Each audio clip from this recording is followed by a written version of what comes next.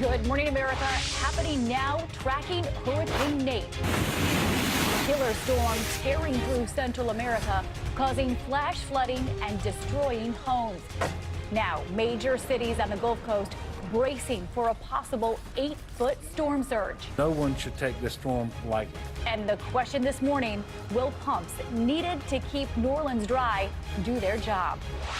The man behind the massacre. New details on how Stephen Paddock avoided suspicion from hotel security at the Mandalay Bay Hotel. The trick he played on room service. Plus, thanking a hero.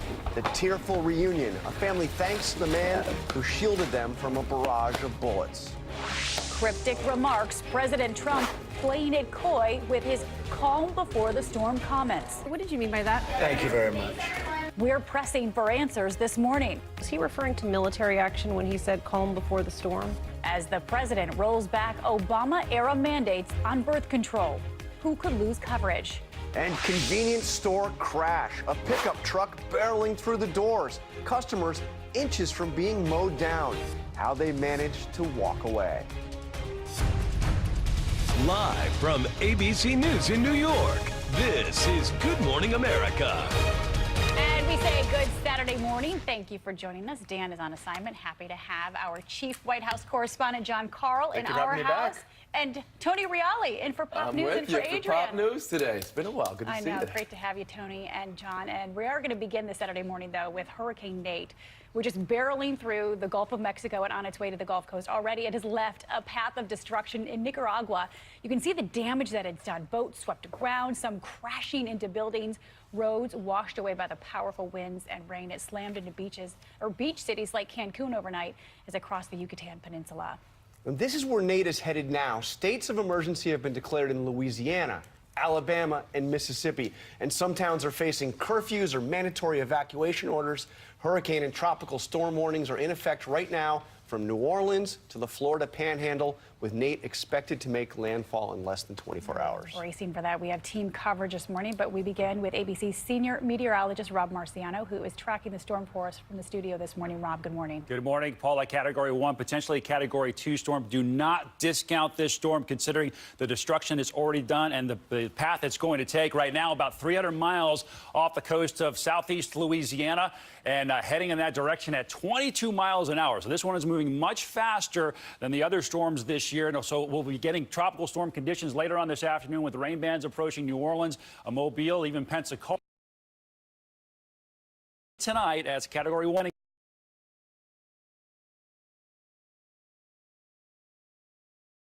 Get a piece of this. Let's zoom in a little bit closer, show you where the winds are going to be. This is a lopsided storm, so most of the winds are going to be east of the center, but look at New Orleans, dangerously close to that center. We could see storm surges up to 8 or 9 feet. The Crescent City certainly vulnerable to hurricanes, and that's where we find ABC's Steve Osunsami this morning. Good morning, Steve. Good morning to you, Rob. We were at Lake Pontchartrain just a short bit ago hoping to broadcast live from there, but had to move in a hurry because this morning they have closed the floodgates in anticipation of this storm. This now hurricane is coming to this region at a poor time because of the east winds and the high tides. There is already water on the roads in lying areas. This deadly storm would not let up overnight in Central America, washing away roads and homes. Nearly 24 people across this region have lost their lives. In Nicaragua, it came to this: stranded families using ropes to get out of the rushing floodwaters. There was so much moving water, it opened up this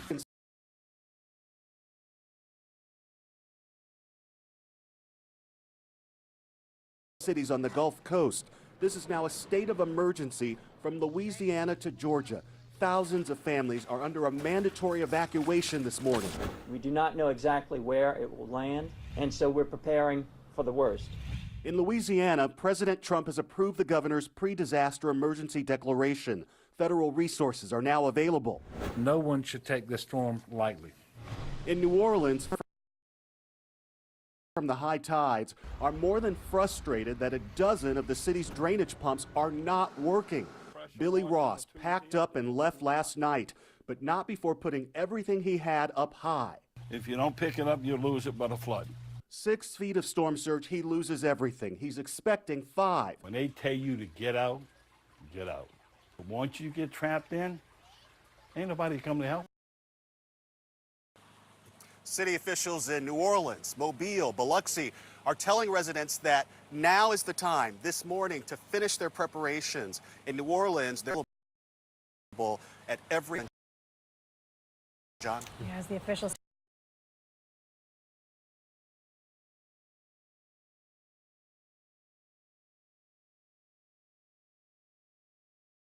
adjusting their itineraries as well.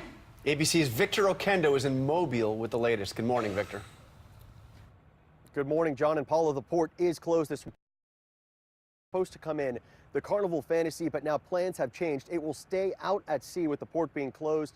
This ship usually comes in, it returns and departs from this dock, from this port rather. That will not be happening. The major concern for this area as Hurricane Nate heads this way, the storm surge. We could be looking at anywhere between 4 to 6 feet here. That means that this area would be entirely underwater, and things would be even worse for the big barrier island here, Dolphin Island. There are reports of flooding already there, although mostly due to the high tide. People in the area have been doing what they can to prepare over the last few days.